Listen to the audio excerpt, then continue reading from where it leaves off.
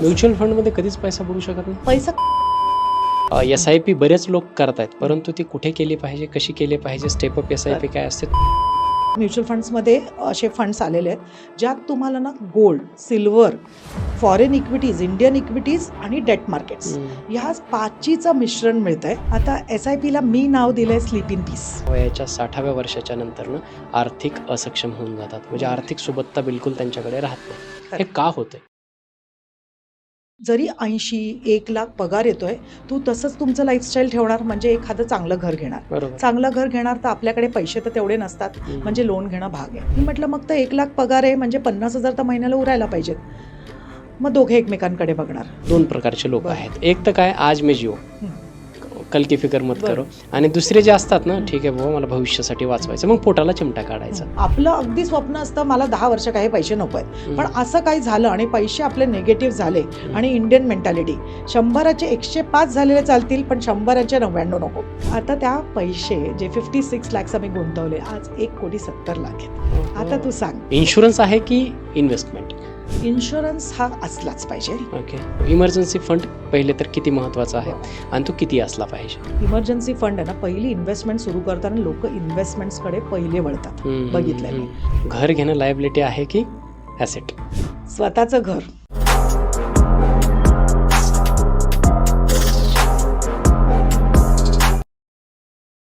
हाय, hello, नमस्कार. मी doctor राज जाधव. महाराष्ट्राच्या सर्वात समृद्ध मंचावरती तुम्हा सर्वांचं पुन्हा एकदा खूप खूप खूप स्वागत आहे. काय होतं, अन्न, वस्त्र, निवारा या आपल्या मूलभूत गरजा आहे, हे शाळेपासून आपण शिकलेलो आहेत. परंतु आजच्या काळामध्ये या 3ही गरजांवरून जी सर्वात मोठी गरज वाटते ती आहे पैसा. कारण आजच्या काळामध्ये पैसा नसेल तर या 3ही पैकी कुठलीही गरज आपण भागू शकत नाही, हे एवढं सिंपल आहे.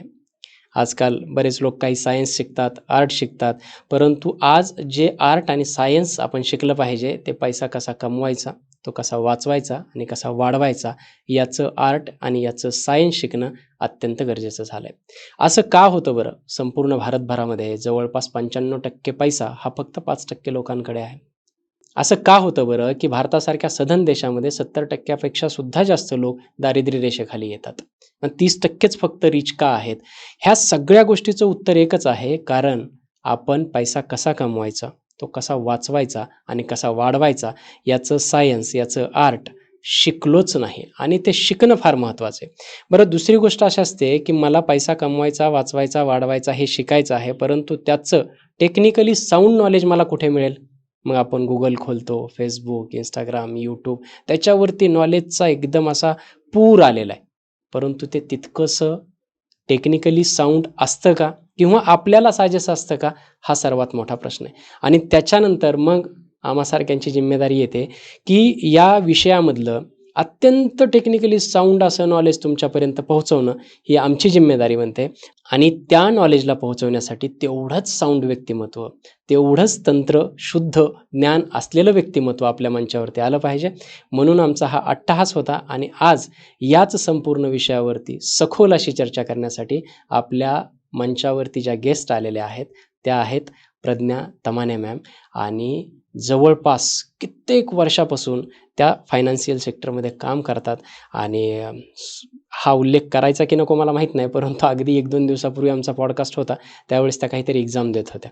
कारण त्या सांगत होत्या की मी या क्षेत्रामध्ये काम करते, परंतु ते तितकं पुरेसं नाही, आपण काम करत गेलं पाहिजे, नवनवीन शिकलं पाहिजे. आणि तो स्पिरिट मला खूप आवडला, त्यामुळे मी मॅमच्या आणखीनही प्रेमात पडलेलो आहे. आणि तुम्हीसुद्धा पडाल हा पॉडकास्ट झाल्याच्या नंतर, तेव्हा शेवटपर्यंत बघा, खूप सारी व्हॅल्यू मिळणार आहे. बिलकुल चुकू नका. जास्त वेळ घेत नाही, सरळ आपण मॅमकडे वळूयात आणि बघूयात मॅम आपल्याला काय मार्गदर्शन करतात. मॅम, खूप खूप स्वागत आहे तुमचं राजमंचावरती. नमस्कार. कशा आहात? एकदम मजेत. ओके. आणि धन्यवाद, मला ही अपॉर्च्युनिटी दिली तुम्ही. इथे तुम्ही तुमच्या मंचावर बोलवलं. तुमच्या प्रेक्षकांना नक्कीच हा पॉडकास्ट आवडेल ही मी अपेक्षा करते. आणि आपण सुरू करूया. अगदी असं मला वाटतं की थोडक्यात मला जशी तुमची ओळख झालेली आहे तशी प्रेक्षकांसाठी तुमची जर ओळख झाली थोडक्यात, तर आपण पुढे मुक्त चर्चा करू नक्की. शकतो. मी सर्टिफाईड फायनान्शियल प्लॅनर आहे. 15 वर्ष गेले ह्या फील्डमध्ये आहे आणि आता जवळजवळ 1750 क्लायंट्स मॅनेज करते. 350 कोटीचा AUM मॅनेज होतोय.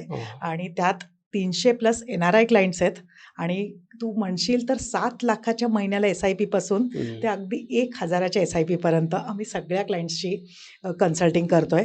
त्यात मी कुठलेही कन्सल्टिंग चार्जेस आजपर्यंत कुठल्याही क्लायंट्सकडनं घेतलेले नाही आहेत. ओके. त्यामुळे बिनधास्त क्लायंट्सनी मला अप्रोच करावं, त्यांच्या मनातले जे काही प्रश्न असतील ते माझ्यासमोर मांडावे आणि त्यांना नक्कीच त्याचा उपयोग होईल ही मला अगदी खात्री आहे. तर तुझ्या प्रेक्षकांना अगदी खूप मी छान. की तुमचे जे काही डाऊट्स असतील आमच्यापर्यंत हम्म. पोहोचवा. माझ्याकडे बरीच टीम आहे, मी स्वतः अवेलेबल असते आणि आम्ही नक्कीच मार्गदर्शन अगदी अनबायस्ड वेमध्ये क्लायंटला करू एवढी खूप मला छान, खात्री खूप आहे. छान, खूप छान. हा पॉडकास्ट करण्यामागे जे माझे मुख्य 2-3 हेतू होते हम्म. तेच, जी काय फायनान्शियल लिटरसी आपल्या देशामध्ये हम्म. असायला पाहिजे ती तशी नाही आणि ती बरोबर. पोहोचवणं आपलं काम असतं. परंतु खरंय. ते साऊंड वेने पोहोचवणं फार, खरंय. कारण ज्ञान भरपूर आहे, त्यातलं कुठलं घ्यायचं हेच खरंय. गफलत होऊन जाते. बरं. आपल्या प्रेक्षकांसाठी स्पेशल हा आजचा पॉडकास्ट असणार आहे. हम्म. तर मला पहिलाच धक्का द्यायला आवडेल की का गरजेचं आहे. तर बरं. त्याच्यात काय होतं की जर आपण ChatGPT, Google वगैरे हम्म. केलं तर त्याच्यातून आपल्याला लक्षात येतं की जवळपास म्हणजे 80% लोक हम्म. निवृत्तीनंतर किंवा वयाच्या 60व्या वर्षाच्या नंतरनं आर्थिक असक्षम होऊन जातात. म्हणजे बरोबर. आर्थिक सुबत्ता बिलकुल त्यांच्याकडे राहत नाही. हे खरंय. का होतंय? आता खरं म्हणजे मी आता एक तुला एक्झाम्पलनीच समजवेन हम्म. की का असं होतंय. आता बघशील ना, पगार मी बघतेय क्लायंट्सचे अगदी चांगले आहेत पगार. 1 लाख, 1.5 लाख म्हणजे ज्यांचे कमी आहेत ते स्वतः प्रयत्न पण करतात आणि आपला पगार वाढवण्याचा बरोबर. प्रयत्न करतात. बट आता 1 लाख, 1.5 लाख कमवणाऱ्यांना मी जेव्हा माझ्याकडे येत आहेत कन्सल्टिंगला, तिथे मला नोटीस होतंय, आता तुम्ही जर का 1-1.5 लाख किंवा 75,000-80,000 पगार कमवताय, तुमचं लाईफस्टाईल आहे आपल्याकडे इथे. आता जरी 80-1 लाख पगार येतोय, तू तसंच तुमचं लाईफस्टाईल ठेवणार म्हणजे एखादं चांगलं घर घेणार. बरोबर. चांगलं घर घेणार तर आपल्याकडे पैसे तर तेवढे नसतात, म्हणजे लोन घेणं भाग आहे. म्हणजेच त्याचे अंदाजे 50,000 ते 60,000चा EMI आला. परत आता चांगल्या जागे राहायला जायचंय म्हणजे कार गाडी. आलीच. मग त्याचे 10-12,000 आपल्याला EMI गेला. परत घरात खायला प्यायला काहीतरी लागणार ग्रोसरीजचे, तर त्याचे आपले 15-20,000 रुपये गेले. असं करत करत आहे ना क्लायंट्सकडे अगदी 5-10 हजार पण शिल्लक राहत नाहीत महिन्याच्या अखेरला. मंथली. आणि मग त्यातनं मग आपली मुलं असतात, आपल्याला वेकेशनला जायचं असतं, आपल्याला बाकीच्या गरजा असतात. त्यात मग ते 5-10 हजार रुपये कुठे निघून जातात. मग तिथे कुठेतरी ना ते रिटायरमेंट ही कन्सेप्ट बाजूला राहून जाते की ते बघू मी 45, मी आत्ता काय, मी आता फक्त 30 वर्षांचा, मी आत्ता फक्त 35 वर्षांचा आहे. मग तिकडे कुठेतरी आपण ते आपल्या मनाला एक सांत्वन देतो आणि मग अगदी तुम्ही 45-50ला मग जागे होतात क्लायंट्स. अरे मॅडम मी तर काहीच तरतूद केली नाही. आणि त्याच्यातनं दुसरी चूक म्हणजे मी तुला सांगते की सगळी EPF वगैरे सगळं आपल्याकडे व्यवस्थित असतं. NPS लोक करतात. पण मुलांना पुढे जाऊन बाहेर शिकवायला पाठवायचं आहे किंवा इंडियात त्यांना चांगलं शिक्षण द्यायचं आहे, जी आपली जबाबदारी आहे. अगदीच आपण जबाबदारी आपली पार पाडलीच पाहिजे. पण त्यात होतं काय माहिती आहे, हे PPF, EPF मधले पैसे काढले जातात कारण का आपण जमा केलेले नसतात. आणि मग तिथे कुठेतरी ना अशी लोक रिटायरमेंटला अगदी म्हणजे त्यांना इतकं म्हणजे मला एवढे अनुभव आहेत असे की एक 60चा क्लायंट आलेला म्हणजे ऑलमोस्ट 58ला तो रिटायर होणार होता. L&T मधनं चांगला जॉब होता त्याचा आणि माझ्या ऑफिसला आलेले ते गृहस्थ आणि ते मला सांगतायत की प्रज्ञा माझ्याकडे ना फक्त 30 लाख म्हणजे एक्झॅक्टली 29 लाख 29 लाख शिल्लक आहेत. मुलगा माझा US मध्ये आता शिक्षण घेतोय, लास्ट इयरला आहे आणि लग्न वगैरे जमलेलं आहे माझ्या मुलाचं. त्याचं लोन चालू आहे आणि काही मी माझ्या EPF मधनं वगैरे पैसे टाकले आणि आता माझ्याकडे फक्त 29 लाख आहेत. आता मी कसं माझा महिन्याचा खर्च ॲटलिस्ट 30 ते 35 हजार आहे. मी म्हटलं सर हे नाही पुरणार आपल्याला, लाईफ टाईम पुरणार. मग मी आता काय करू, मी कुठे चुकलो. मी म्हटलं आता तुम्हाला नोकरी करावी लागणार कारण कसं ते 30 लाख पुरणार. बरं मी म्हटलं मग मुलांकडनं मदत मागा. तर म्हणतो मुलगा एज्युकेशन लोन देतोय, तिकडे घराचं भाडं देतोय, आता लग्न होणार, त्या बायकोची जबाबदारी, तर माझ्या मुलाला कसं झेपणार मॅडम. मी म्हटलं हा विचार आधी करायला पाहिजे होता आपण. जर का तुम्हाला हे जर का थोडंसं आधीपासून आपण हे प्रॉपरली प्लॅनिंग केलं असतं तर आज आपल्याला हे दिवस बघावेच लागले. आमचं म्हणणं असं नाही की तुम्ही आज जगू नका, आज तर जगलंच पाहिजे आपल्याला, कारण का आपण नोकरी करत असतो, आपली मिसेस नोकरी करत असते. बट कुठेतरी ना मग तिकडे एक आपल्याला बॅलन्स्ड लाईफ जगता आलं पाहिजे. एक कुठेतरी की आपल्याला पुढचं पण आपलं लाईफ सेक्युअर करायचं आणि आताचं लाईफ पण छान करायचं. बरोबर. आत्ताशी मग तुम्ही बायफर्केशन केलं EMIs आणि खर्चाचं वगैरे. बरेच लोकांना मंथली खर्च सुद्धा लिहून ठेवत नाही की माझा खर्च किती होतोय, इकडे सुद्धा त्यांचं लक्ष नसतं. प्युअरली आजमध्ये जगणार आहे. खरंय. आता कसं होतंय 90% तुला जर का टक्का पाहिजे असेल ना, तर मी तुला सांगते बजेट बनवणारी लोकं फक्त 10% असतील. हो. ते पण अगदी ज्यांना खूपच त्याच्यातली माहिती आहे, ज्यांना थोडंसं नाहीतर काय होतंय माहिती आहे का, मी आता जसं माझ्याकडे क्लायंट्स येतात त्याच्यावरनं तुला सांगते. मी महिन्याचा खर्च मॅडम ते काय 20,000-25,000 आहे. मी म्हटलं तुमच्या ट्रॅव्हलिंग, मूव्हीज ह्याच्यावर किती जातात? मॅडम ते काय ₹10,000-15,000 जातात. मी म्हटलं मग तर 1,00,000 पगार आहे म्हणजे 50,000 तर महिन्याला उरायला पाहिजेत. मग दोघे एकमेकांकडे बघणार. नाही कुठे असं गेले? नाही होतंय, असं होत नाहीये. मी म्हटलं मग काय क्रेडिट कार्ड वापरताय? हो मॅडम. क्रेडिट कार्डचं बिल मॅडम ॲटलीस्ट 40,000-50,000 असतं कारण का आम्ही सगळेच ते अरे! क्रेडिट कार्ड स्वाईप करतो. आम्हाला पॉइंट्स पण मिळतात. मी हं. म्हटलं मग तिकडे काहीतरी चुकी जात आहे. म्हणजे आपण हं. काहीतरी गफलत करतोय. जर का तुम्ही म्हणतायत की 20,000-25,000 माझा ग्रोसरीचा खर्च आहे, 10,000-15,000 माझा आउटिंग वगैरे बरोबर ह्याचा, आहे. तर मग आपली म्हणजे 15,000-20,000 का सेव्हिंग व्हावी? मग तर आपली 50,000ची सेव्हिंग व्हायला पाहिजे ना. अर्थात. म्हणजे ॲटलीस्ट अकाउंटमध्ये तरी तेवढा बचत राहिली पाहिजे. तर तिथे मला लक्षात येतं की इथे काहीतरी कॅल्क्युलेशन्स बिघडतात आणि तू बघशील ना, आता आपले प्रेक्षक पण त्याच्याशी एवढे कनेक्ट होतील कारण का त्यांच्याबरोबर पण हेच होत असतं. हो, हो, हो. मग आम्ही म्हणजे तुला एवढे छान-छान एक्झाम्पल्स आहेत, की एकदा एक क्लायंट आलेली, अगदी यंग माझ्या आई तिला की प्रज्ञा के पास चलते हैं, ती बरोबर तुला मार्गदर्शन करेल. आणि तिला बिलकुल सेव्हिंग सुरू करायची नव्हती कारण कुठलाही आता तू 23-24 वर्षाच्या मुलाला बरोबर. कुठे ते सेव्हिंगमध्ये पडायचंय. आणि मला सांगते की मला ना फिरायला खूप आवडतं, पण मला ना जाताच येत नाही. दरवेळेस काय मी आईकडनं पैसे मागणार. मी बरोबर. म्हटलं ठीक आहे, तुझं आता आपण काय करू, तुला ना फिरायलाच पाठवूया. आपण ते बाकीचं ते रिटायरमेंट वगैरे ना ते सगळं तू बाजूला ठेव. आधी आपण कुठेतरी फिरून येऊया.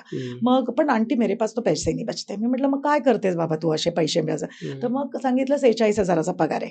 आता 46,000 म्हणजे अगदी काही कमी नाहीये. तिच्यासाठी खूप आहे. तिच्यासाठी चांगलं आहे. म्हणजे ती अगदीच कारण तिच्यावर थोडंसं बाकीच्या जिम्मेदाऱ्या नाही. हो, बरोबर. मग मला म्हणाली, "पण मला ना ट्रॅव्हलिंग ओला उबरने करावे लागते." मग म्हटलं, "आता ओला उबरने ट्रॅव्हलिंग करणं काही चुकीचं नाही, पण मग एवढे का जात आहेत?" "ते रोज जाती हो ना आंटी." तर मग झाले तिथेच तुझे 20,000-1,000 जाण्या-येण्यात, फोर्टला जाण्या-येण्यात, तर तेवढा तर जाणारच तो हे.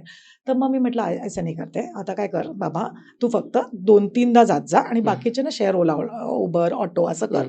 तसे करत ना ₹5,000-6,000 उरायला लागले. मग त्याची आम्ही SIP केली. मग बाबा एकदा फिरून आली. फिरून आल्यावर तिला ते जे महत्त्व कळलं, अरे माझ्या पैशांवर मी काहीतरी एन्जॉयमेंट केलंय. आता माझ्या पैशांनी मी माझं लाईफ उभारणार आहे.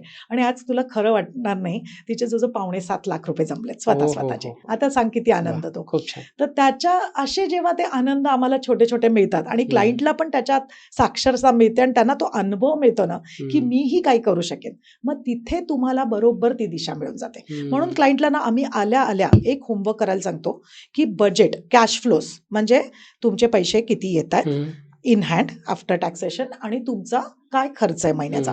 आणि त्यात पण मी सांगते अगदी काही म्हणजे काटकसर करू नका. लाईफस्टाईल एकदम चांगलं जगा, जगलंच पाहिजे. कारण का आपण एवढे मेहनत घेतोय. बट बाकीचे पैसे जे उरतायत ना, ते लगेच सॅलरी आल्या-आल्या 2-4 दिवसात इन्व्हेस्ट करून टाका. नाही फरक पडला, मग ते 10-15,000 का होईना ते करा. हे अकाउंटला सोडले ना पैसे, की मग खर्च होतात. मग हे जर का क्लायंट्सने आपल्या करून बघितलं ना, तर नक्कीच त्यांना फरक पडेल. मी एवढी खात्री देते. तुम्ही खूप छान सांगताय कारण आजपर्यंत बरेच फायनान्शियल प्लॅनर मी पाहिलेले आहेत. तर ते बचत करायला सांगतात, परंतु आपल्याला पण लाईफ पण जगायची असते. शेवटी उद्याचा भरोसा नाहीये. आपल्याला दोन्ही बाजूने गेलं पाहिजे. आता माझ्या आजूबाजूला मी बघतो ना 2 प्रकारचे लोक आहेत. एक तर काय आज मैं जिओ, कल की फिकर मत करो. आणि दुसरे जे असतात ना, ठीक आहे बाबा मला भविष्यासाठी वाचवायचं, मग पोटाला चिमटा काढायचा. दोघंही एक्स्ट्रीम्स आहेत मी म्हणेन. कारण का जगलं तर पाहिजे. म्हणजे तू बघशील माझा फेसबुक आणि माझं जर का प्रोफाईल्स बघशील, मी इतकी फिरते. आता मी स्वतः पण फायनान्शियल प्लॅनर आहे. पण तू म्हणशील तर माझा एक मोठं ठाण्यात एकदम प्राईम लोकेशनमध्ये जवळजवळ 900 कार्पेटचा माझं ऑफिस आहे. माझं स्वतः 3 BHKचं घर आहे. माझा मुलगा आता कॅनडाला शिकतोय. त्याचा 1 कोटीचा खर्च आहे. आणि हे सगळं मी स्वतःच्या जीवावर केलेलं आहे. आता मी जर का करू शकली ना, तर कुठलाही सामान्य माणूस सुद्धा तो करू शकणार आहे. एवढी मला खात्री आहे. माझे छोटे क्लायंट्स जे अगदी 32-33 वर्षाचे आहेत, 2-5 हजाराच्या SIPनी आज 1.5-2 कोटीचे पोर्टफोलिओज झालेले आहेत. तर असं लोकांना काय वाटतं, काय होणार आहे 2,000च्या SIP? अरे 2,000ची SIP 2,000 नाही राहणार. ती पुढे जाऊन आपण वाढवणार आहोत. म्हणजे फक्त तुमची ना सुरुवात करणं ही महत्वाची असते. आणि समोरचा जो कोण तुमचा ॲडवायझर असेल त्याच्यावर विश्वास एकदा बसला ना तुमचा, की ही बाई मला गाईड चुकीचं करणार नाही, ती खात्री तुमचे पैसे वाढणारच वाढणार आहेत. कारण का मग कसं होणार माहिती आहे, तुला एक साधा बोनस पण आला आता दिवाळीचा, मला विचारणार 50,000 क्या करते? म्हटलं अरे करा ना खर्च तुम्ही, नवीन कपडे घ्या, पण त्याच्याबरोबर मग 25,000 बाजूला पण करा, एक गोव्याला ट्रिप जाऊन या. बॅलन्स ठेवा. तर असं जेव्हा ते तंत्र आपण करायला सुरू करतो आणि पगार जसा वाढत जातो आपण ती पैसे SIP स्टेपअप म्हणजे जे काय आपण इन्व्हेस्टमेंट गुंतवणूक करतो ते स्टेपअप करत जाणं हे फार महत्वाचं आहे. आणि मग तसं करत गेलो तर आम्ही आहोतच तुम्हाला मार्गदर्शन करायला. तर तसं SIP वर्कआउट. वरती नाही बोललो आपण थोडं इन हं, डिटेल, तर मला हं. वाटतं हा पॉडकास्ट पुढे जाऊ शकत नाही. बरं. तर आजकाल SIP बरेच लोक करतायत, परंतु ती कुठे केली पाहिजे, कशी केली पाहिजे, स्टेपअप SIP काय असते, थोडंसं जरा मला डिटेलमध्ये ऐकून घ्यायला आवडेल. बरं. आता SIP ला मी नाव दिलंय स्लीप इन पीस. ओह! म्हणजे वॉव! थोडक्यात ती खूप छान करायची नाव आहे आणि ॲक्चुअली. थोडं विसरावं लागतं आपल्याला. हं. कसं आहे आजकाल लोकांना ना फटाफट पैसे पाहिजेत. म्हणजे मी आज टाकले तर माझे लगेच 6 महिन्यात काय ते पैसे वाढले पाहिजेत. असं काही होत नाहीये लाईफमध्ये आणि मग तिथे कुठेतरी फ्रस्ट्रेशन येतं. SIP म्हणजे काय, एक अमाऊंट आपण ठरवायची महिन्याला, ती एक तारीख ठरवायची, ती अमाऊंट आपल्या अकाउंटमधनं डिडक्ट होते आणि त्या फंड्सला जाऊन ती इन्व्हेस्ट होते.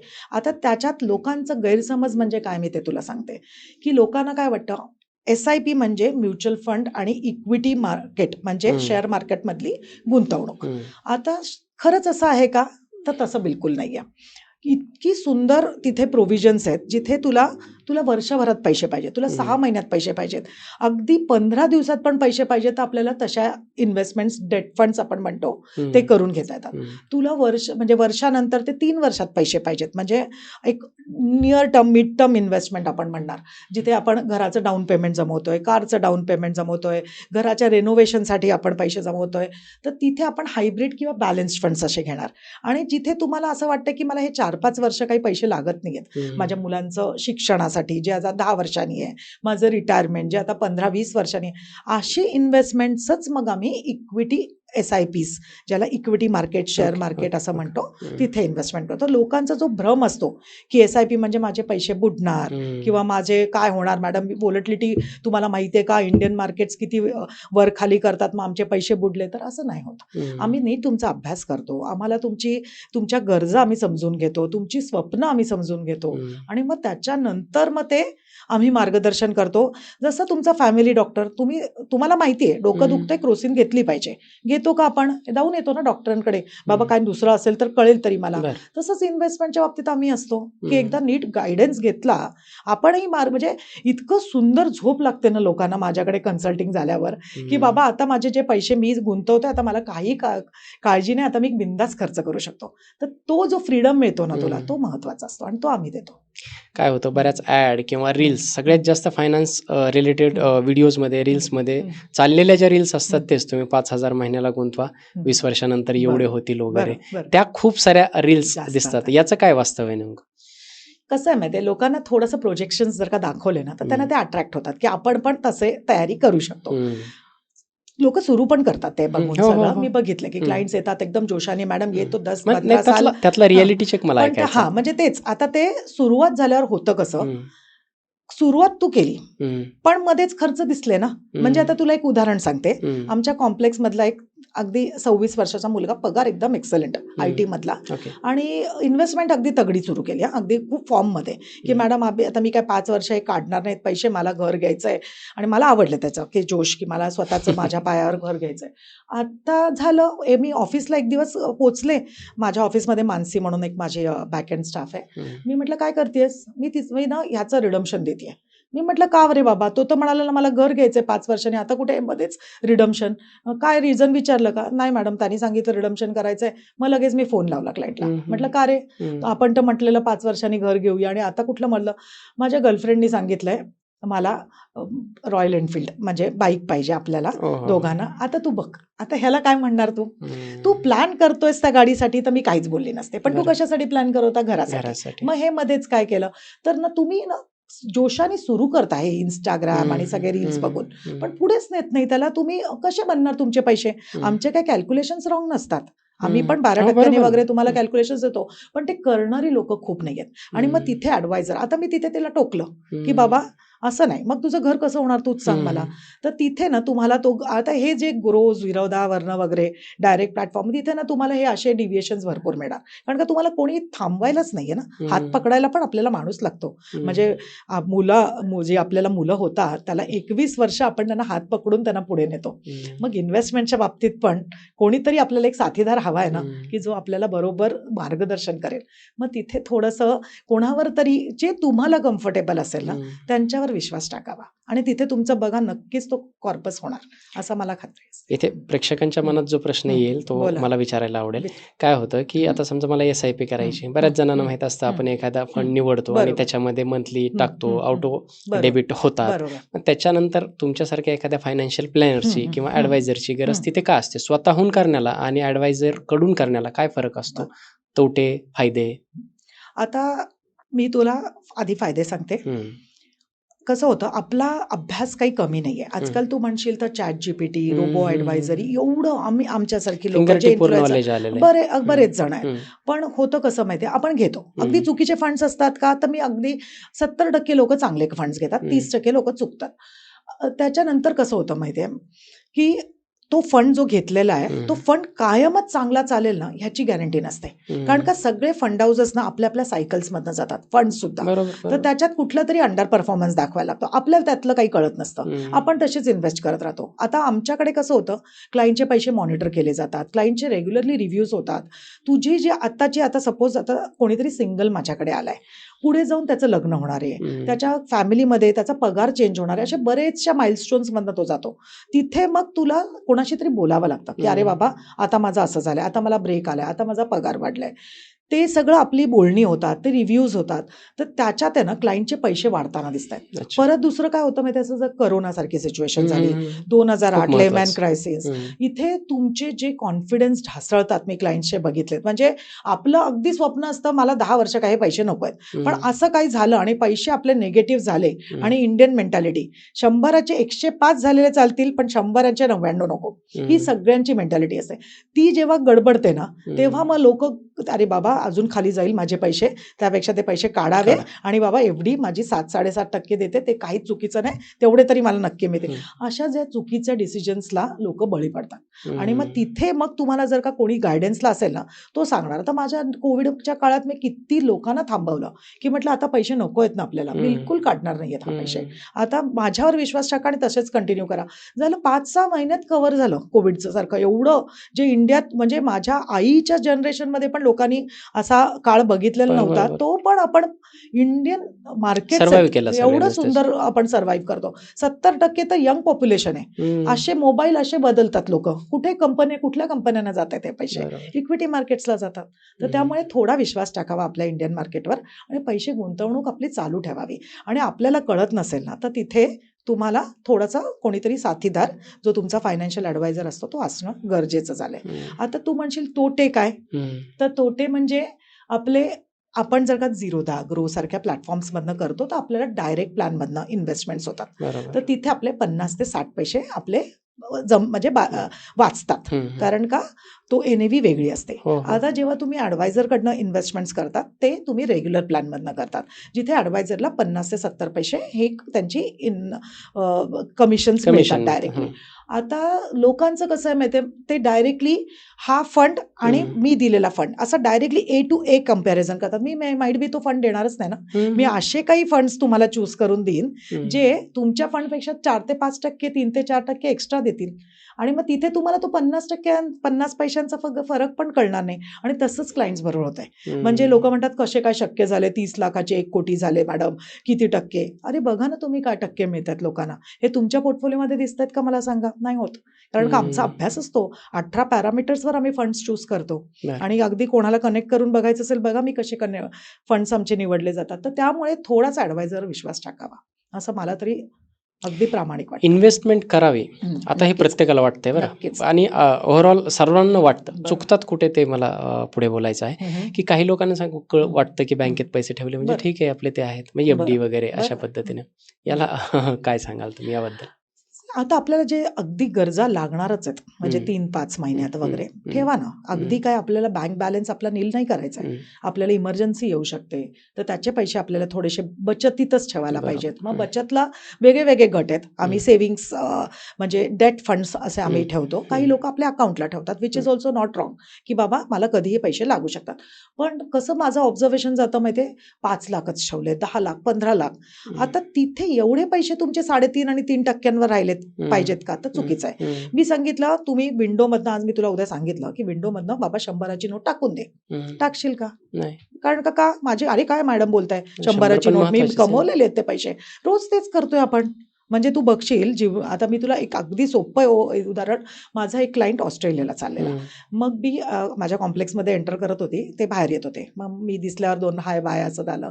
मग मला म्हणाले मॅडम मी ना ऑस्ट्रेलियाला चाललोय, मला आता करन्सी घ्यायची आहे, 15 दिवसांचा वेळ आहे, माझ्या अकाउंटला 17 लाख आहेत, पण मग काय करू, आता 15 दिवसात तुला कुठे त्रास देत बसायचा. मी म्हटलं सर तुम्हाला काय करायचं, एक चेकच तर लिहून द्यायचा आहे ना, एक ऑनलाईन इन्व्हेस्टमेंट असं करायची, करा ना, मी आहे ना बसलेली. तर बरं मग पण मला वेळेवर पैसे मिळाले पाहिजेत आणि माझे पैसे खाली. म्हटलं खाली कशाला जातील, आपण डेट फंड्समध्ये पार्क करणार. खोटं वाटेल तुला, 13,000चं व्याज होतं. मी म्हटलं आता तर बायकोला घेऊन मॉलमध्ये आणि मला पण एक गिफ्ट मिळाली पाहिजे. आता हे जे होतं ना, आता 13,000 फेकूनच देत होते ना खिडकीतनं, हे लोकांना कळत नाही. आणि मग तिथे त्यांना काय वाटतं माहितीये, म्युच्युअल फंडमध्ये म्हणजे मी इक्विटी मार्केट, म्हणजे माझे पैसे निघून जातील, मग मला 3 महिन्यात 2 महिन्यात पैसे लागले तर कुठून देणार, असं होतं. असं नसतं. त्याला कितीतरी म्हणजे त्याचे वेगळे वेगळे प्रकार असतात. तुमच्या FD मध्ये ठेवा, 45 दिवसांची FD करा, 1.5 महिन्यांसाठी म्युच्युअल फंड्समध्ये ठेवा, डेट फंड्स असतात ते ठेव. तर हे लोकांना तेवढं नॉलेज अजूनपर्यंत मला तरी वाटतंय की पसरलेलं नाहीये. असं आहे. इन्व्हेस्टमेंटमध्ये सर्वात महत्त्वाची इन्व्हेस्टमेंट आत्ता जी लोकांना वाटते, खास करून बायकांना वगैरे, ते सोन्यामध्ये. म्हणजे सोनं घेऊन ठेवूयात, त्याचा तर रेट वाढतोच आहे ना हल्ली. खरंच म्हणजे मागच्या 5-6 महिन्यात तर तो बूम झालेला आहे एकदम. बरोबर आहे. याबद्दल काय सांगाल? आता मी पण बाईच आहे, त्यामुळे मलाही सोनं भयंकरच आवडतं. कसं आहे माहितीये का, सोनं एक इमोशनल ॲसेट आहे, आपलं ट्रेडिशन आहे. सोन्यात गुंतवणूक असावी का नसावी, तर नक्कीच असावी, कारण का एक वेगळा ॲसेट क्लास जातो तो. तर सोन्यात इन्व्हेस्टमेंट पाहिजे, एक डायव्हर्सिफिकेशन असतं. सगळे पैसे रिअल एस्टेट आणि असं नसलं, सगळीकडे बरोबर आपले आपले ॲसेट क्लास असले पाहिजेत. पण होतं काय माहिती, आपण खूप जास्त इमोशनल होतो. म्हणजे आता तुला खोटं वाटेल, मला दिवसाला 4 ते 5 कॉल्स असतात, मॅडम मला ना ETF मध्ये गोल्ड ETF मध्ये पैसे टाकायचे. हा लेवल जो आता सोन्याचा आलाय ना, आता लोकांना काय वाटतं, मागच्या वर्षी जे रिटर्न आले ते पुढच्या वर्षी पण मिळतील. तसं कसं होणार? तर कुठलंही एक ॲसेटने ना एवढा जास्त रिटर्न झाल्यावर थोडी स्टॅग्नन्सी येते आणि ते लोक गोल्डच्या बाबतीत एक्सेप्ट नाही करत. आता मीच प्रेक्षकांना आपल्या सांगेन, 2013 पासून 2018 पर्यंत सोन्याचा भाव ट्रॅक करा. तुम्ही स्वतःच ट्रॅक करा, मी नाही सांगणार किती होता. 2013ला जे 31,000वर सोनं होतं, 2018ला पण त्याच लेवलवर होतं. पूर्ण मध्य काळात ते फक्त वर खाली वावरत होतं. हे लोकांच्या लक्षात किती राहिले सांग. हेच जर का इक्विटी मार्केट्स 1-1.5 वर्ष जे गेल्या वर्षापासून होत आहे आणि निगेटिव्ह असतील, लगेच बाबा हे काय माझ्यासाठी नाहीच आहे, बाबा त्यापेक्षा FDच भरी, हा गैरसमज आहे लोकांचा. सगळे आपल्या फक्त सोन्यामध्ये कसं आहे माहिती आहे, आपल्या इंडियात सोनं हे कन्झम्पशन खूप जास्त आहे आणि बायकांचं एकदम इमोशनल ॲसेट आहे. त्यामुळे त्याचं कन्झम्पशन आपल्या इंडियात असं अगदी काही कमी नाही होणार. फक्त ज्या वेगाने ते वाढलं पाहिजे ना, त्या वेगाने थोडंसं मग कमी वाढेल ते. म्हणून मग आपण सगळीकडे आपल्या इन्व्हेस्टमेंट्स असाव्या. रिअल एस्टेटमध्ये असावी, आपले इक्विटीमध्ये असावी, आपल्या FDs किंवा डेट फंड्समध्ये असावी, EPF PPF मध्ये असावी आणि त्याचबरोबर सोनंच. आणि आताचं चांदी, हा चांदी आता आपण म्हणजे silver is also very good instrument, त्याचाही खूप वाढलेलं आहे. पण सगळं, आणि मग अशा वेळेस मी सांगते की मल्टी एसेट फंड्स म्हणून असे म्युच्युअल फंड्समध्ये असे फंड्स आलेले आहेत, ज्यात तुम्हाला ना gold, silver, foreign equities, Indian equities आणि डेट मार्केट्स, ह्या 5चं मिश्रण मिळतंय आणि इतके सुंदर क्लायंटच्या पोर्टफोलिओजमध्ये ते जातात आणि आम्ही मुद्दाम देतो तुमची पोर्टफोलिओला डायव्हर्सिफिकेशन टाकायला. मग असे फंड्स लोकांनी कन्सिडर करावे, जे गोल्ड आणि सिल्वर ॲज सच बसलाय. आणि आपल्या अभ्यासापेक्षा नक्कीच त्या फंड मॅनेजरचा अभ्यास तर नक्कीच वरती असणार आहे, कारण का आपण एकटा अभ्यास करणार आहोत, तो 10 जणांना घेऊन अभ्यास करणार आहे. तर त्याचा जो अभ्यास जाईल ना, तो तुला आपण केवढाही अभ्यास केला तरी तो जाणार नाही. तर मग थोडासा विश्वास तिकडे पण टाकावा. तर असं जर का डिजिटलीच जायचं आहे, तर असेही फंड्स तुम्हाला कन्सिडर करता येतात. बोलूयात, 90% लोकांचा इमोशनल पार्ट आहे घर. बरोबर. घर घेणं लायबिलिटी आहे की ॲसेट? स्वतःचं घर आधी पहिलं फार मोठं महत्वाचं, एक मोठं स्वप्न. म्हणजे रोज आपण त्या घरात येऊन आपण आपलं घर एन्जॉय करणार आहोत, आपली मुलं एन्जॉय करणार, त्याच मेमरीज आपल्याकडे राहणार. तर स्वतःचं घर हे फारच महत्वाचं असतं. म्हणजे तुम्ही तुमच्या खिशाला जरा थोडासा पिंच बसला आणि जरा मोठं घर घेतलं तर काहीच हरकत नाही. आणि जेवढं लवकर घेतलं तर फक्त थोडंसं आधी बघावं की आपलं कॅपॅसिटी आहे का, आपलं नीट तंत्र पुढे जाऊन चालणार आहे का. जर का असं वाटत असेल तर जेवढं लवकरात लवकर घर घ्यावं आपलं स्वतःचं आणि चांगलं, ते 10 वेळा होणार नाहीये. तर ते घ्यावं लोकांनी. पण तू विचारशील दुसरं, तिसरं, चौथं हे घर असावं का, तर मी बिलकुल त्याच्या अगेन्स्ट आहे. ओके. कारण का कुठेतरी ना तुझं लाईफ आहे ना नुसतं लायबिलिटीजमध्ये जातं. म्हणजे उदाहरणार्थ माझ्याकडे आत्ता एक क्लायंट आलेला, खूप म्हणजे त्याचे ना प्रभावदेवीला 2 घरं, त्याचं एक मालाडला एक घर आणि एक ठाण्यात एक घर. माझ्याकडे एकदम म्हणजे अगदी व्यवस्थित आहे. पण काय मॅडम मला ना ते रेंट येतात सगळे, पण इतकी मगजमारी आहे ना, म्हणजे गुजराती होता क्लायंट, की दर महिन्याला तो रेंटल मिळेलच की नाही माहीत नाही. तो टेनंटच त्रास देतो, तो फॅनच तुटतो, तो म्हणजे इतके कंप्लेंट्स, मग ते जोरात आवाज करतात, बाजूवाल्यांना त्रास होतो, मग ते कंप्लेंट. मला इतका हेडेक झालाय ना. आता मी हे पैसे म्हणजे आम्ही मालाडच्या घराच्या गोष्टी करत होतो. 70 लाखाला घर विकलं जात होतं. तर मी म्हटलं आता 70 लाखाचं तुला म्हटलं भाडं किती येतं, तर 26,000 म्हणाला. तर मी म्हटलं 26,000 मग म्हटलं मेंटेनन्स किती, तर 4,000 म्हणाला. म्हणजे हातात 21-22,000 येतात. मग म्हणतो मला ना एवढा हेडेक, काय करू तुम्ही ते सांगा. मी म्हटलं आता 70,000चं घर आहे ना आपलं, आता 70 लाखाचं घर आहे ते, तर त्याला जर का आपण इथे गुंतवणूक केली माझ्याकडे, तर अंदाजे आपल्याला एक 40,000 महिन्याला सुरुवात होतील. तुला असं व्हेरिएशन नाही, मेंटेनन्स नाही, टेनेंट बघायची गरज नाही, एजंट बघायची गरज नाही. म्हटलं सुरळीत तुला 40 आणि परत तुझे जे 70 लाख आहेत तेही पुढे जाऊन वाढणार आहेत, तेही मल्टिप्लाय होणार आहे. कारण का आपण फक्त 70 लाखातनं 7 ते 8% महिन्याला काढून घेतोय आणि बाकीचे जे पैसे ते परत मल्टिप्लाय होणार आहेत. असं ते इतक्या लोकांना आम्ही म्हणजे प्रॉपरली गाईड केलेलं आहे. तर तसं क्लायंट्सचं कधी कधी आपल्याला गायडन्स, हे एकटं तो पाऊल घेतलं असतं का, तू सांग. हे पाऊल एकटं नसतं घेतलं, हे कोणाच्या तरी साथी, की बाई ही बाई आहे माझ्याबरोबर, उद्या तिला प्रश्न विचारू शकतो जर का माझं चुकीचं गणित गेलं तर तो खात्री होती क्लायंटला. आणि मग तिथे ते तुम्हाला फायदा होतो तसा. खूप छान. क्रेडिट कार्डवरती बोलूयात. क्रेडिट कार्ड खरंच गरजेचे असतात का, फायद्याचे तोट्याचे, त्याच्यात मिळणारे ते पॉइंट्स जे काय आहे ते फसवेत की काही, म्हणजे खरंच त्याचा फायदा आहे की ट्रॅप आहे तो? तुला मला विचारशील तू, तर मी क्रेडिट कार्ड्स वापरते. ओके. मला पॉईंट्ससाठी सुद्धा मी वापरते. पॉईंट्सला किती अर्थ आहे, तर पॉईंट्सला ना भरपूर हिडन क्लॉजेस असतात. म्हणजे तुला त्या लिमिटपर्यंत ते पैसे म्हणजे एक तारीख असते, तोपर्यंत ते एक्सपायर होतात. तुला जर का म्हणजे आता समजा तुम्हाला ट्रॅव्हलिंगला वापरायचं आहे, म्हणजे तुला एअर तिकीट वगैरे त्याच्यातनं फ्री मिळतात, पण तुला ना त्याच्यात पण कंडिशन्स असतात, एवढाच तो जमा झाला पाहिजे, म्हणजे 15,000 पॉईंट, 25,000 पॉईंट्स, हे असे असले तरच तुला ते तिकीट वापरायला मिळतं. सो हे सगळं ना आधी आपला अभ्यास असला पाहिजे त्याच्यावर, तर तो फायदेशीर ठरतो. नाही तर ना काय होतंय, मी बघितलं खूपदा, आधी माझं पण असं व्हायचं की म्हणजे क्रेडिट कार्डला पॉईंट्स मिळावे म्हणून मी कधी कधी मुद्दाम जास्त खर्च करायचे. हे माझ्यासोबत सुद्धा होतंय. तर ते करता करताना कुठेतरी मग मला लक्षात यायला लागलं, अरे हे गणित तर आपलं चुकतंय. म्हणजे आपला मोटिव्ह काय होता, की मला माझ्या क्रेडिट कार्डच्या युसेजवर जे मी करणारच होते खर्च, त्याच्यावर मला जास्त पॉईंट्स मिळायला पाहिजे. पण होतंय काहीतरी वेगळंच, की मी उगीच पॉईंट्स मिळण्याच्या चक्रात मी माझा खर्च वाढवते. मग तिथे लगेचच मी कंट्रोल आणायला सुरू केला, की हे चुकीचं जात आहे. परत क्रेडिट कार्ड आहे ना 45, म्हणजे आपल्याला झेपणारी अमाऊंट आपण फक्त क्रेडिट कार्डने स्पेंड केली पाहिजे. लोकांचं काय होतं माहितीये, आपलं जे पांघरून आपल्याला पसरताच येणार नाही, त्या बाहेर आपण जातो आणि मग तिथे कुठेतरी ट्रॅपमध्ये अडकतात. मग तिथे काय होतं, मिनिमम ड्यूज भरणार, असं वाटतं की मिनिमम ड्यूज भरलं तर आपलं अगदीच छान चालणार आहे. आणि मग ते बाकीच्या ह्याच्यावर तुला जे 18-36% भरायला लावतात नाही, इट्स अ नाईटमेअर. म्हणजे जे त्या जाळ्यात अडकतात माझे क्लायंट्स, जे येतात मला अप्रोच करतात ऑनलाईन वगैरे, आणि तिथे कसं होतं मग पर्सनल लोन. अरे कारण का ते 18% आणि 36% देण्यापेक्षा मी 12 लाख टक्के घेऊन पर्सनल लोन घेतो. परत पर्सनल लोन आलं की जे ते ट्रॅपमध्ये लोक जातात आणि it's like a endless game तिकडे. मग तिथे मी क्लायंटला सांगते की क्रेडिट कार्ड आहे ना आपल्या जागी बरोबर आहे. तुमचे जे खर्च तुम्हाला 45 दिवसात तुम्हाला पेमेंट करता येईल तेवढंच, कारण का ना काय लिमिट एवढे मोठे मिळतात आपल्याला, आणि मग काय आपल्याच हातात आहे, जब कल का कल देखा जाएगा. तर तसं ते चुकतं.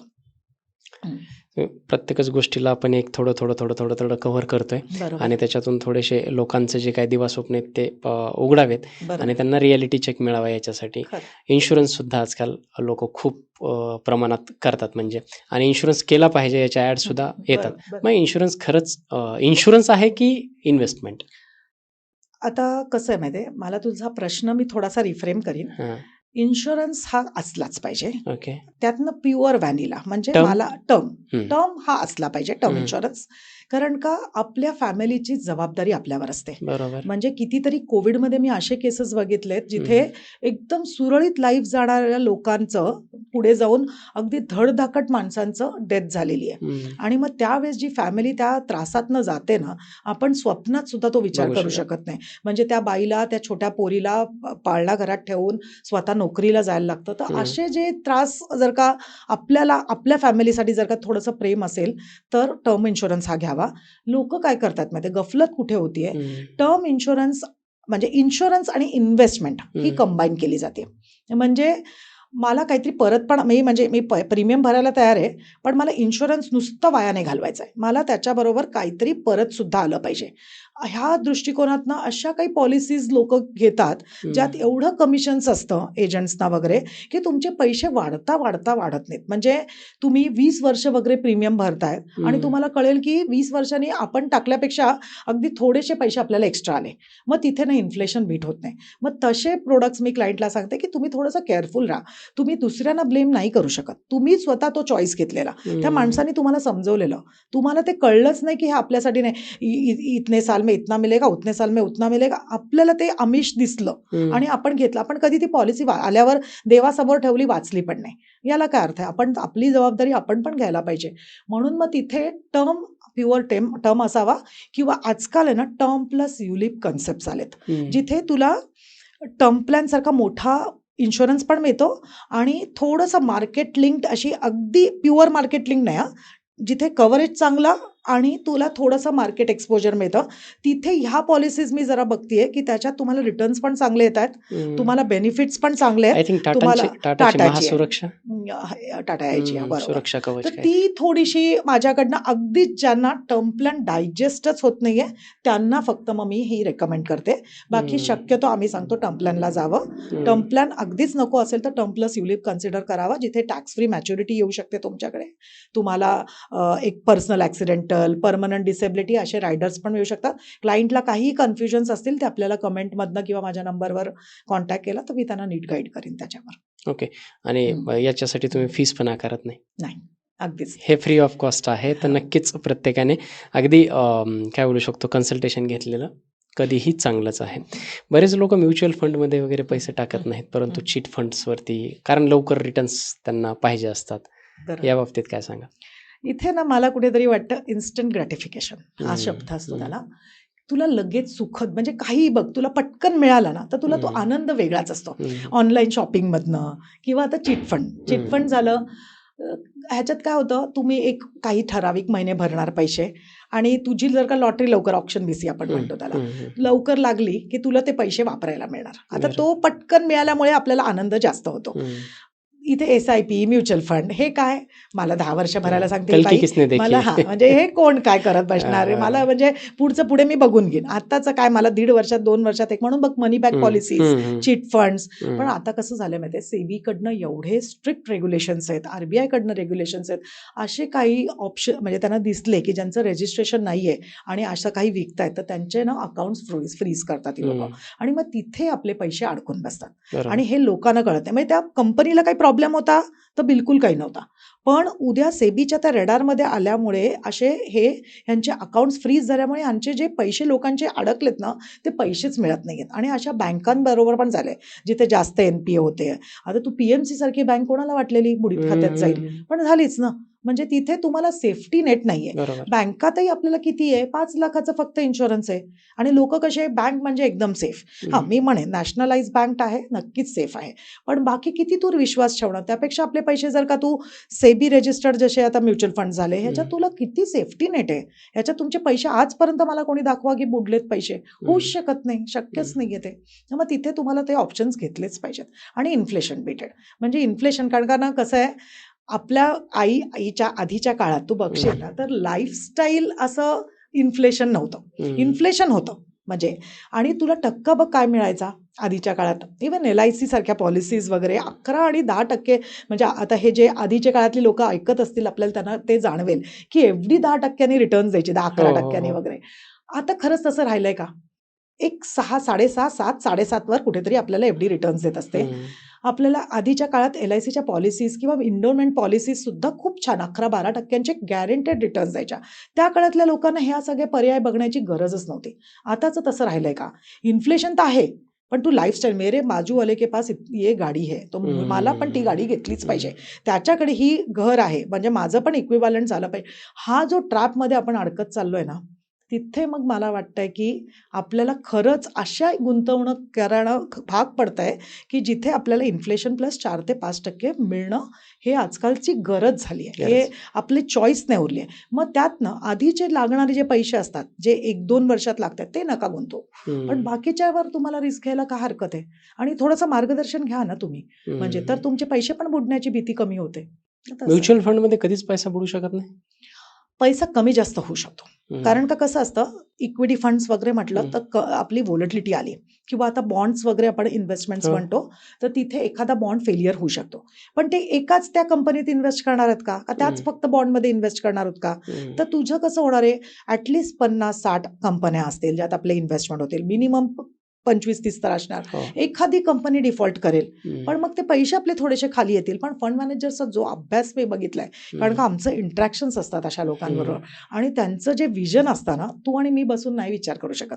त्यांना इंडियात काय चाललंय, बाहेर काय चाललंय, त्यांच्याकडे एवढी शिकलेली मुलं असतात जी रिसर्चला त्यांना कंपन्यांना व्हिजिट देतात. अशी मुलं ते माहिती काढतात की ह्याचं कसं ऑर्डर बुक आहे, ह्याच्यात किती डेट आहे.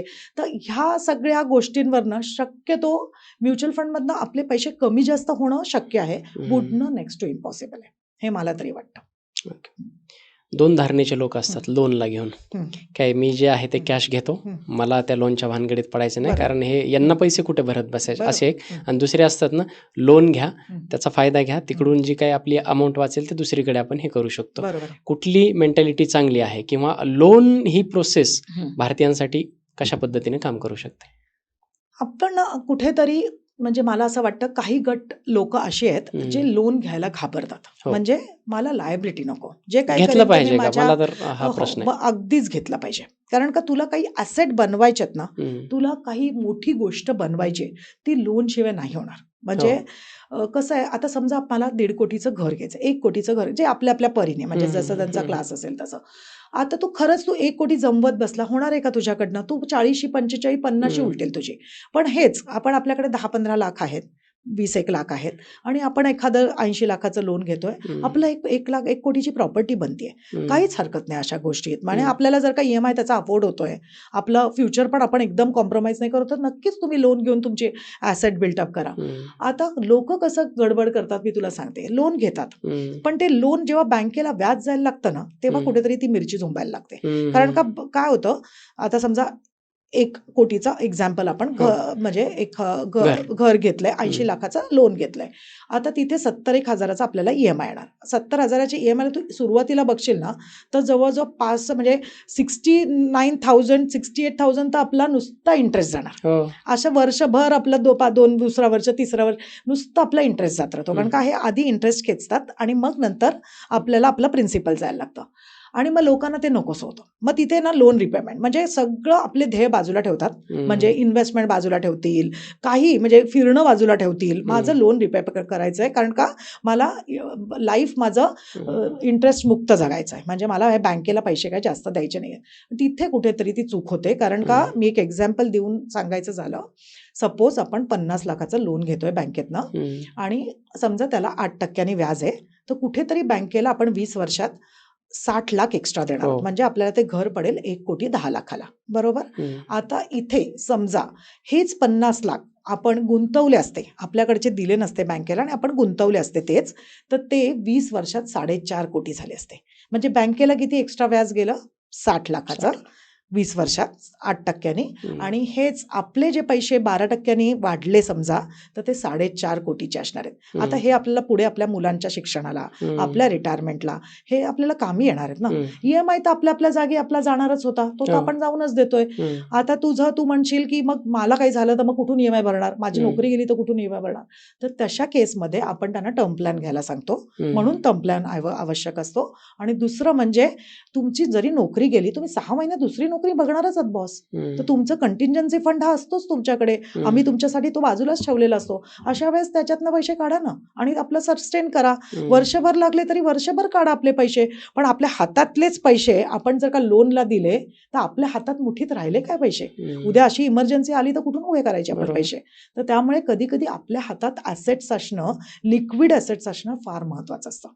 सो त्यामुळे लोन आपल्या जागी अगदी परफेक्ट आहे, काहीच हरकत नाही. फक्त 2, 3, 4 लोन जे करत राहतात ना ते नाही असलं कशालाही पाहिजे. लोन आणि पर्सनल लोन. म्हणजे खूप असे, अरे किती एक्झाम्पल असे आहेत, म्हणजे खूप चांगले पगार येतात. नवरा हम्म. बायको TCS मध्ये तू बघशील तर त्याला 1.5 लाख, हिला 1 लाख. म्हणजे काय मला तसं दिसणार की काय यांना काही प्रॉब्लेमच नाहीये. म्हणजे असे क्लायंट माझं नशीब की किती चांगलं त्यांचं उत्पन्न आणि आता किती इन्व्हेस्टमेंट येईल असं म्हणजे बघितलं तर. पण मग नंतर कळतं अरे 3-3 घरं घेऊन ठेवली आहेत. घरात आपल्या म्हणजे सासू आहे, आई आहे, त्यांची जबाबदारी आहे आपल्यावर. आणि कुठेतरी ना मग म्हणजे त्या बाईचं मला फार वाईट वाटतं की मॅडम माझ्या मिस्टरांचा ह्यावर्षी 50 आहे आणि मला त्यांना फिरायला आम्हाला जायचं आहे आणि आम्हाला फिरायला पैसे सुद्धा नाही आहेत. मग तिथे तू बघ काय आता मुलांना काय आठवण राहणार आपली? दोघांचा पगार तर खूप चांगला होता, घर आपल्याकडे 3 आहेत, काय उपयोग केला सांग? म्हणजे आता बरोबर. मुलांना ह्या मेमरीज नाही राहणार ना की कुठे फिरायलाच माझ्या बाबांनी घेऊन नाही गेले. मला काही चांगलं सगळीकडे खर्चाला आपल्याला ताण आणावा लागतो. म्हणजे काही मनसोक्त म्हणजे एक 500 रुपये पण एक्स्ट्रा द्यायचे तर आपल्याला विचार, कारण का 3-3 EMI चालू आहेत तुमचे. असं मग नाही जगणं बरोबर. मग तिथे आम्ही सांगतो कंट्रोल करा, एखादं घर विकून टाका, थोडा आनंद, जीवनात आनंद बॅलन्स करा आपलं. बरोबर. असं बॅलन्स लाईफला फार महत्व फार आहे. महत्व आहे. आता आपण कसं करतो की पैसे कमवतो, सेव्ह करतो बरोबर. आणि काही बचतीसाठी आपल्याकडे ठेवतो. इमर्जन्सी फंड पहिले तर किती महत्वाचा आहे बरं. आणि तो किती असला पाहिजे? इमर्जन्सी फंड आहे ना, पहिली इन्व्हेस्टमेंट सुरू करताना लोक इन्व्हेस्टमेंट्सकडे पहिले वळतात, बघितलंय मी.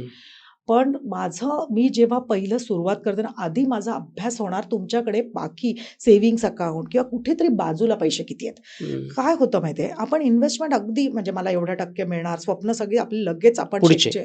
ते आपण सुरू करतो. पण उद्या कशावरनं तू गॅरंटी देतोयस का मला मेडिकल इमर्जन्सी नाही येणार, माझा पगार नाही म्हणजे मला माझी नोकरी नाही जाणार, ही गॅरंटी आपण देऊच शकत नाही. मग त्या केसमध्ये तुला काहीतरी अशी तरतूद पाहिजे जी, समजा काही मेडिकल इमर्जन्सी किंवा आपला जॉब लॉस झाला तर आपल्याकडे ते पैसे बाजूला पाहिजेत सस्टेन करायला. मग तुझ्या जे पुढच्या इन्व्हेस्टमेंट केलं त्याला हात नाही लागला पाहिजे. मग अशा केसमध्ये हे पैसे फार उपयोगी पडतात. आम्ही सांगतो मिनिमम 3 महिन्यांचा एक्सपेन्सेस किंवा अगदी ॲक्युरेटली 6 महिन्यांचे तरी पैसे आपले बाजूला असले पाहिजेत, की जर का असं काही झालं तरी 6 महिने आपला EMI जो काही आपला खर्च आहे तो अगदी शांतपणे आपण सेटल करू शकू. आणि मग तिथे ना आपण घाबरत नाही. म्हणजे नोकरी जरी 1-2 महिन्यात तुला नाही मिळाली ना तरी तुला म्हणजे की बाबा माझे पैसे बाजूला आहेत, मला काही त्रास होणार नाहीये. तर तसं त्याच्यासाठी इमर्जन्सी आणि कंटिंजन्सी फंड हा खूप महत्वाचा ठरतो. खूप छान.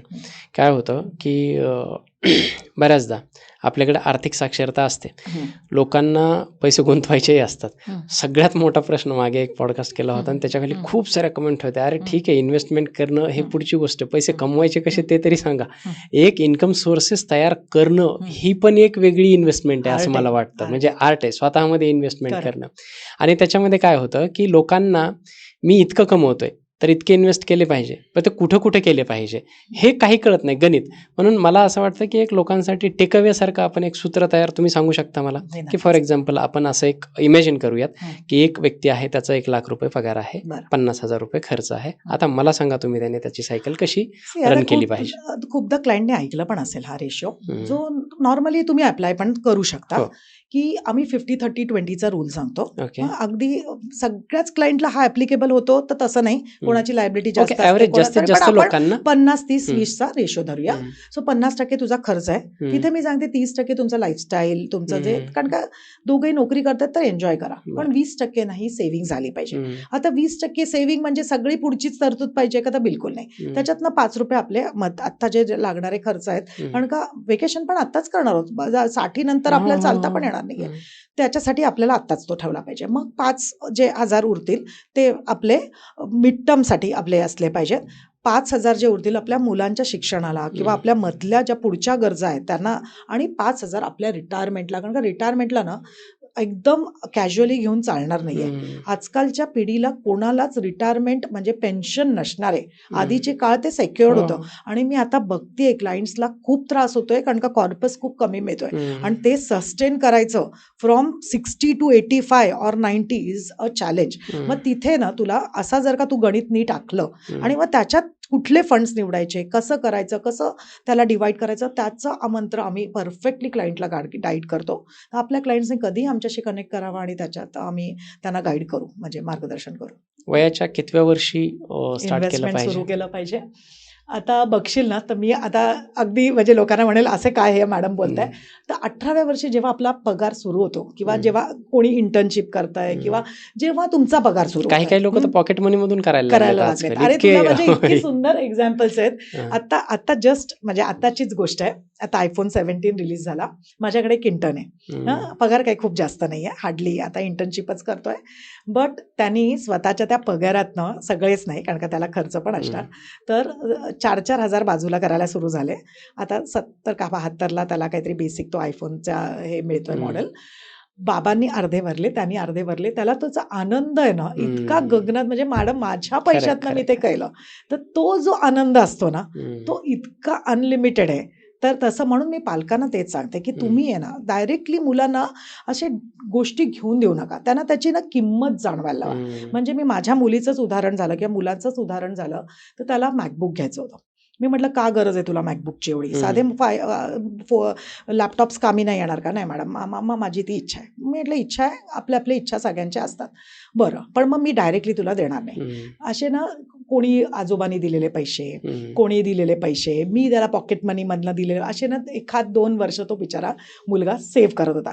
कुठेतरी 50,000वर तो पोचला. हम्म. नंतर त्याच्या वरची अमाऊंट मी त्याला टाकली आणि मी त्याला त्याचा मॅकबुक घेऊन दिला. खूप छान. त्याचा जो आनंद त्याच्याकडे होता हम्म. तो आता त्याला त्या मॅकबुकची व्हॅल्यू कळते. हम्म. हा मी डायरेक्टली जाऊन मुलांना दिला असताना त्याला त्याची कधी व्हॅल्यूच कळे. काय मला जे मागितलं ते मिळतं. लाईफमध्ये म्हणा अशी मुलं पुढे खूप, म्हणजे त्यांना पैशाची मागितल्यावर किंमत गोष्ट कळते. कळतं. तर तुला मग तिथे आलं ना. आता बजेटिंग तू म्हणालास, हम्म. सुरुवातच आपली बजेटिंगवरनं झाली.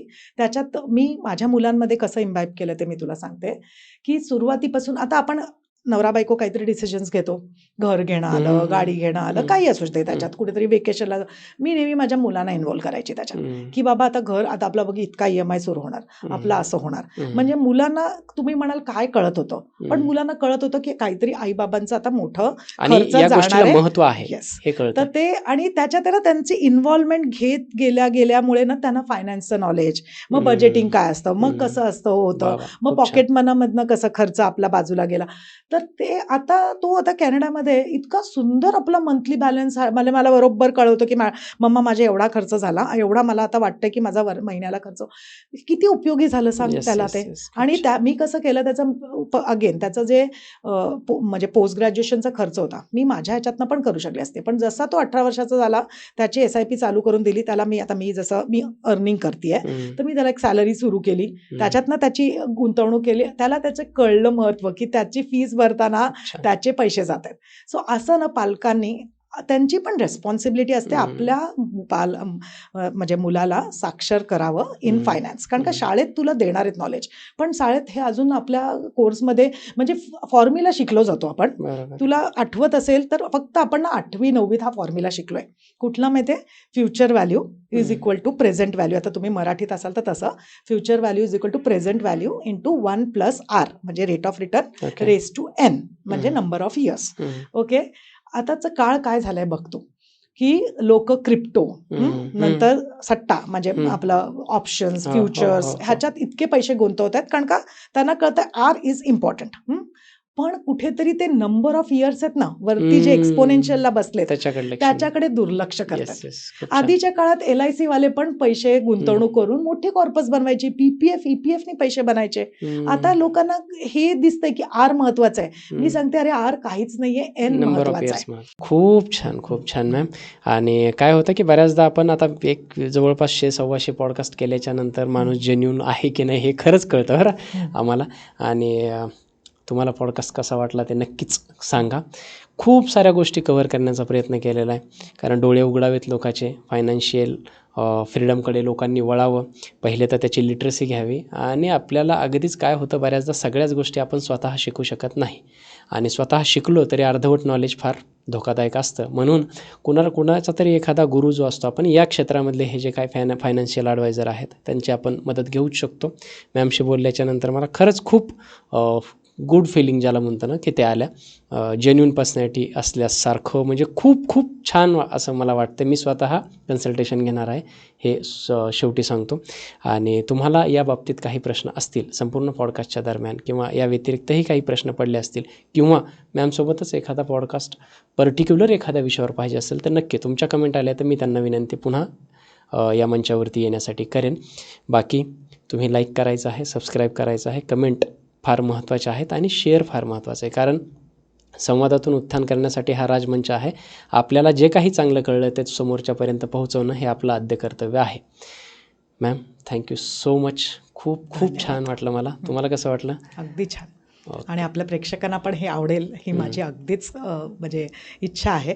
आणि त्यांनी नक्कीच त्यांच्या कमेंट्समधनं कळवावं की कुठे त्यांना अजून काही त्यांच्या शंका होत्या, किंवा त्यांना काही अपेक्षित आहे आपल्याकडनं, आणि आम्ही ते नक्कीच कंप्लीट करण्याचा किंवा त्याला न्याय देण्याचा प्रयत्न करू. धन्यवाद मला या कमेंट मंचावर तर बोलण्यासाठी. कराच, परंतु त्याच्यामध्ये काय आहे, Share मॅमसोबत डिस्कस करण्यासाठी तुम्हाला मॅमचा ज्या काही कॉन्टॅक्ट डिटेल्स असतील आपण डिस्क्रिप्शनमध्ये देणारच आहोत. जवळपास म्हणजे आता पॉडकास्टमध्ये लोकांचं कसं आहे माहिती आहे, हां. लोकांना कुठे हे लोकांना म्हणजे बऱ्याचशा म्हणजे आमच्यासारख्या लोकांना कॉन्टॅक्ट करतात आणि रीच आउट नाही होत आम्ही लोक, असं त्यांचं हो. म्हणजे म्हणणं असतं. क्लायंटनी प्रयत्न करावा नक्कीच. येस. माझ्याकडनं तरी मी पूर्ण अगदी प्रामाणिकपणे सांगते की आमच्याकडनं ईच अँड एव्हरी क्लायंटला आमच्याकडनं रिस्पॉन्स येतो. आणि जरी नसेल तरी आम्ही सांगतो की आम्ही उद्या परवा, कारण का आम्ही पण बिझी म्हणजे माणसं आहोत, कधी कधी बिझी येस, असतो. येस. तर पण आम्ही जेवढ्या क्लायंट्सना, कारण का आता NRI वगैरे कुठल्याही टायमिंगला मला कॉल असतात, सगळेच मी उचलू शकते लगेचच असे नाही, पण मग मी त्यांना सांगते की सर ह्या टायमिंगमध्ये आपण कनेक्ट करू. तर असे क्लायंट्सला कुठेही वाटलं की कनेक्शन पाहिजे, एक व्हॉट्सॲप मेसेज, एक कमेंट आम्हाला आली की आम्ही त्यांच्यापर्यंत, मी किंवा माझी टीम नक्कीच रीच आउट होऊ. आणि मॅमचं कन्सल्टेशन मॅमनी पूर्ण पॉडकास्टमध्ये 2-3 वेळेस सांगितलं की मी त्या कन्सल्ट फ्री करतात. तर तुम्ही आपण जे कॉन्टॅक्ट डिटेल्स देणार आहोत त्याच्यामध्ये तुमचे जे काही प्रश्न आहेत ते रीच आउट करू शकता त्यांच्यापर्यंत. आणि मला जी फिलिंग आहे ती हा काही पहिला पॉडकास्ट आहे, परंतु शेवटचा नाही. इथून पुढेही आपण मॅमला भेटणार आहोत या मंचावरती. तुम्ही तुमचे प्रश्न तयार ठेवा, आपण पुन्हा एकदा नक्कीच भेटूयात. Thank you so much. धन्यवाद. Thank you so much.